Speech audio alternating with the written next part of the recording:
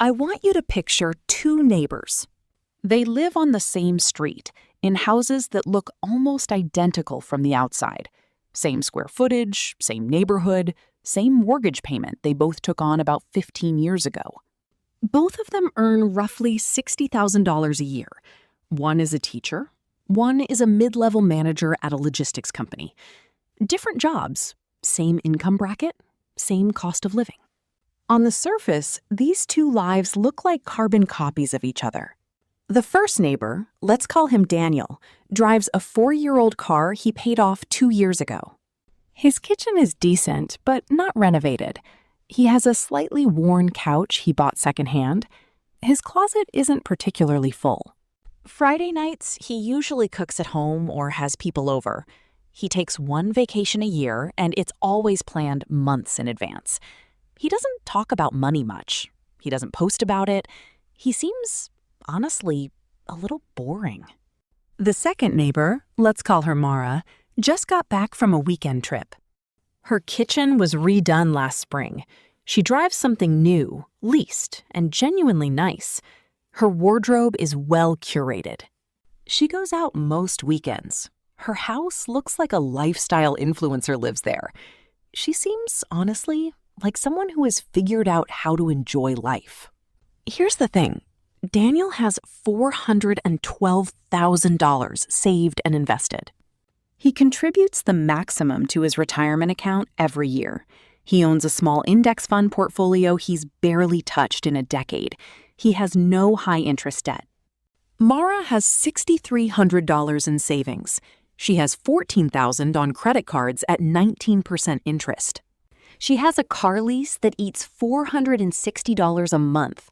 She's not struggling exactly, but she's one unexpected expense away from serious stress, and she has been for years. This isn't a story about income. It's a story about what you do between your paychecks when nobody's watching. Let me start with a concept that will reframe how you think about money for the rest of your life. Every financial decision you make either adds to a machine that works for you, or it feeds a machine that works against you. The machine that works for you is compounding. Your money earns returns, those returns earn returns. Your past decisions make money while you sleep. The machine that works against you is also compounding. Your debt grows, your obligations multiply. Your past decisions drain you while you sleep. Both machines are patient. Both machines are relentless. And here is what most people miss entirely. The machines are almost always running at the same time. Most people are both building wealth and destroying it simultaneously. The question is just which machine is bigger? What separates people like Daniel from people like Mara isn't talent, it isn't luck, it isn't even discipline in the way most people think of it. It's a set of specific habits practiced consistently that quietly tip the balance toward the machine that works for them. Rule 1. They pay themselves first, automatically, before they decide anything else. Most people think saving money is what's left over after they spend. You earn your paycheck, you pay your bills, you buy what you need, you enjoy your life. And then, at the end of the month, you save whatever is sitting there. If there's anything sitting there. Most people who operate this way save very close to nothing. Not because they're reckless, but because spending naturally expands to fill available money. It's not a character flaw, it's just how humans work. The people who actually build wealth on average salaries flip this sequence completely. The saving happens first, automatically, before they even see the money. It's not a decision they make every month. It's a system they set up once, and then it runs without them. Behavioral economists have studied this extensively, and the research is consistent. When saving is automatic, people save dramatically more. Studies suggest that people who automate their savings save 2 to 3 times more than people who try to save manually each month. Someone who automatically transfers $300 per month into an index fund starting at age 25 will have roughly $700,000 at 65. Someone who waits until 35 to start the same habit will have roughly half that. The habit is the same. The timing is different. The outcome is almost unrecognizable. Start with whatever percentage you can, even 5%. Then increase it by 1% every 6 months until you hit a number that feels challenging but workable. The exact number matters less than the act of making it automatic and invisible. The machine needs fuel before it can run. Rule 2. They are deeply, almost obsessively, suspicious of monthly payments. Their brain doesn't think, oh, that's only $50 a month. Their brain thinks, that's $600 a year, compounding for the rest of my foreseeable future. Your car isn't $28,000, it's just $399 a month. Your couch isn't $1,900, it's just 18 months of easy payments. Researchers who study consumer spending patterns have found that the average American significantly underestimates their total subscription spending, often by a factor of 2 or 3. Before you agree to any new monthly payment, you convert it to annual cost, and you ask a very specific question. Is this worth that annual amount to me every year, indefinitely? Monthly payments don't feel like they end. They become part of your financial landscape. They sit there, pulling money, often for years after you've stopped actively valuing whatever they're paying for. The people who build wealth do an audit of their recurring payments every 6 months, every single line item. And they ask, if I had to re-sign up for this today, knowing what I know now, would I? The ones that get a hesitant maybe get canceled, because hesitant maybe is actually no. Rule 3. They define what enough looks like before they go shopping. They browse, they explore, they discover needs they didn't know they had. The entire retail and e-commerce industry is specifically engineered to make you realize you need something once you're already looking. The moment you open a shopping app without a precise definition of what you're there to buy, you have walked into the most sophisticated persuasion environment ever created by human beings. People who build wealth have a specific pre-commitment habit. Before they go to any store or open any shopping app, they define exactly what they are looking for and exactly what they are willing to spend. The 24-hour rule eliminates roughly 70% of impulse purchases. After 24 hours, most of the time, you simply don't want the thing anymore. The desire was real, but it was also temporary. Someone who eliminates 3 impulse purchases per month at an average of $60 each and redirects that money into investments ends up with an additional $30,000 to $40,000 over 20 years. Rule 4. They treat their largest expenses with the same attention they give their smallest ones. Most people who are careful about small purchases have never seriously renegotiated their rent, their insurance premiums, their phone plan, or their car costs. People are more resistant to spending large amounts as single transactions than they are to equivalent amounts distributed across many small ones. If you reduce your monthly rent or housing cost by $200 per month, you save $2,400 per year.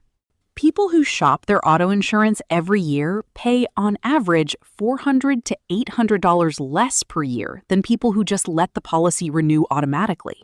They spend their optimization energy proportionally.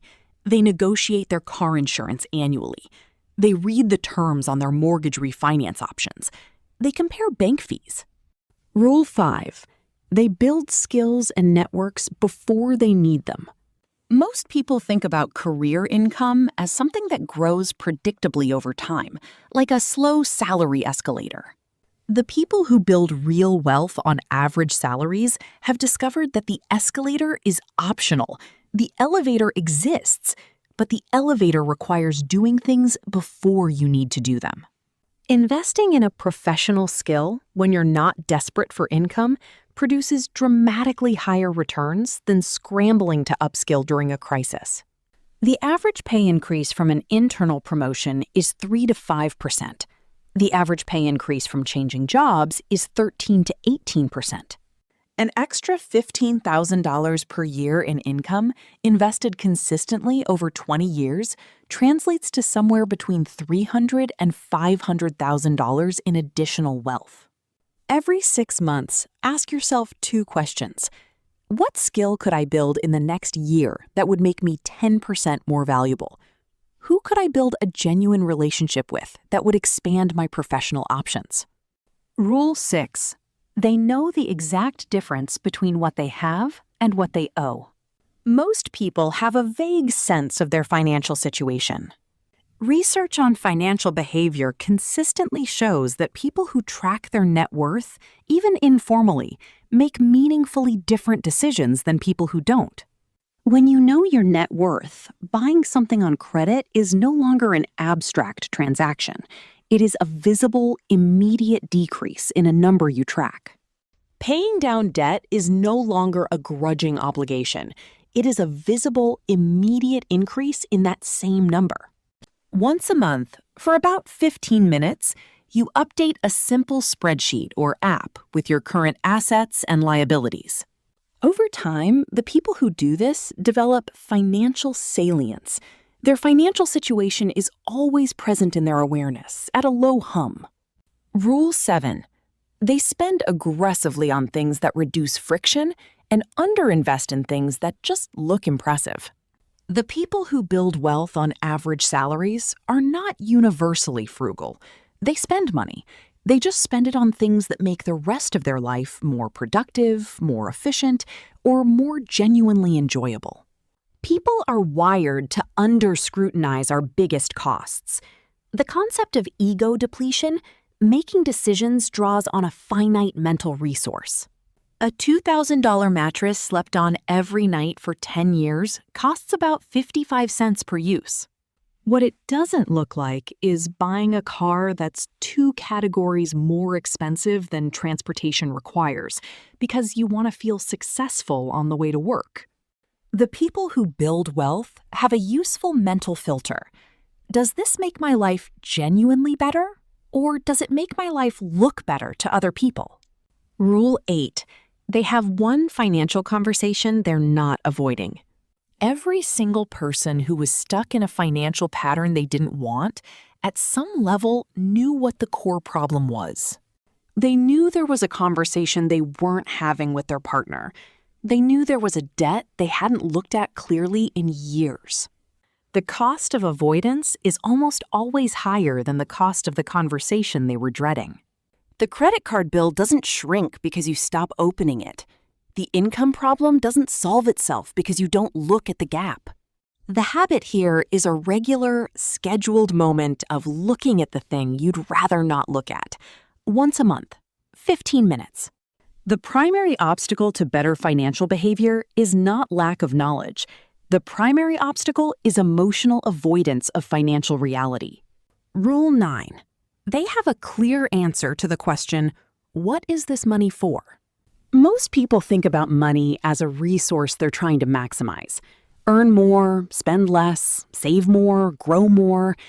That's not wrong exactly, but it's incomplete. The people who sustain all of these habits over decades are running toward something specific. For some people, it's freedom from a job they only kept because of fear. For some people, it's the ability to take a year off when their kids are young. For some people, it's the security of knowing that a medical emergency or a job loss won't wipe out everything they've built. The specific answer doesn't matter very much. What matters is that the answer is concrete and personal and genuinely motivating to the individual person. When they choose not to lease the impressive car, they're not suppressing desire. They're choosing something they want more. When they automate their savings before spending, they're not being disciplined. They're being purposeful. The difference in how that feels and in how sustainable it is over time is enormous. I want you to write something down or type it somewhere before you close this video. Not what you want to stop spending on, what you're saving toward, not an amount, a picture. That answer is your North Star. Everything else is just navigation. This week, do one thing. Just one. Find the smallest recurring payment in your life that you're not actively using and cancel it today. One subscription, one auto-renewing service, one payment that goes out every month that you've been meaning to address. Cancel it. Put the amount, whatever it is, into a savings or investment account instead. This is not about the money. It's about proving to yourself that you can redirect cash flow intentionally. This month, set up one automatic transfer. Pick a number that feels slightly uncomfortable but survivable. $50, $100, $200, whatever. Automate it to move on the day after your paycheck lands. Do not think about it after you set it up. Let the machine start. This quarter, write down the answer to this question. What is this money actually for?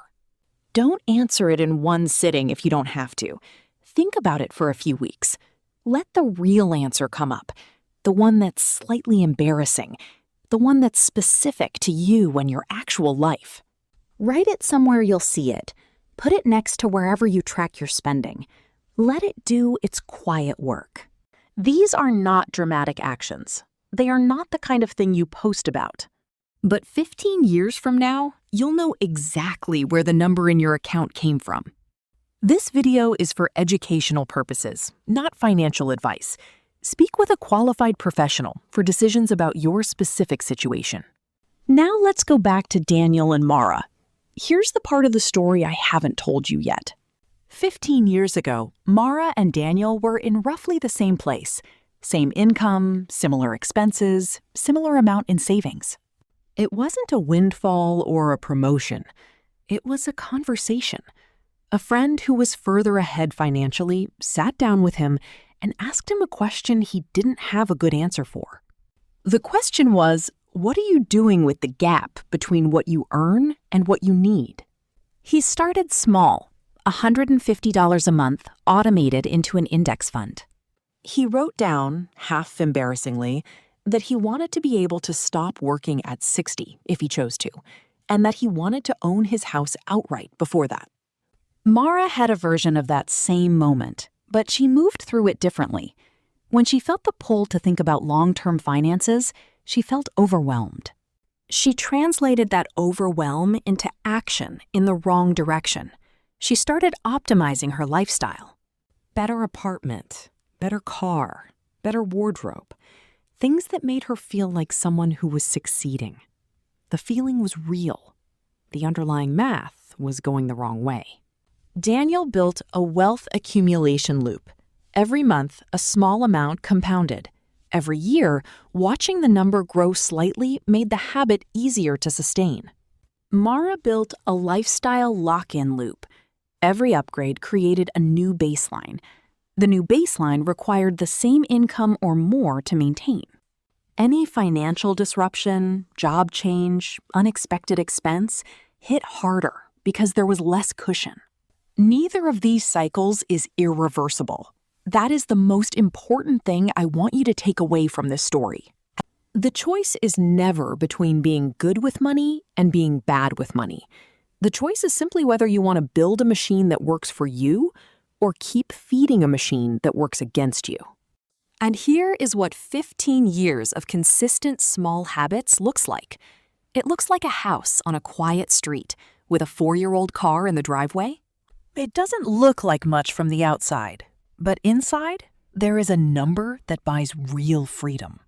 And on the other side of the street, there is a house that looks like success from every angle. And inside, there is a quiet, persistent anxiety that never quite goes away. You already know which house you want to live in. You've known for a while. The only question is what you're going to do this week. And so will the person who lives across the street from you.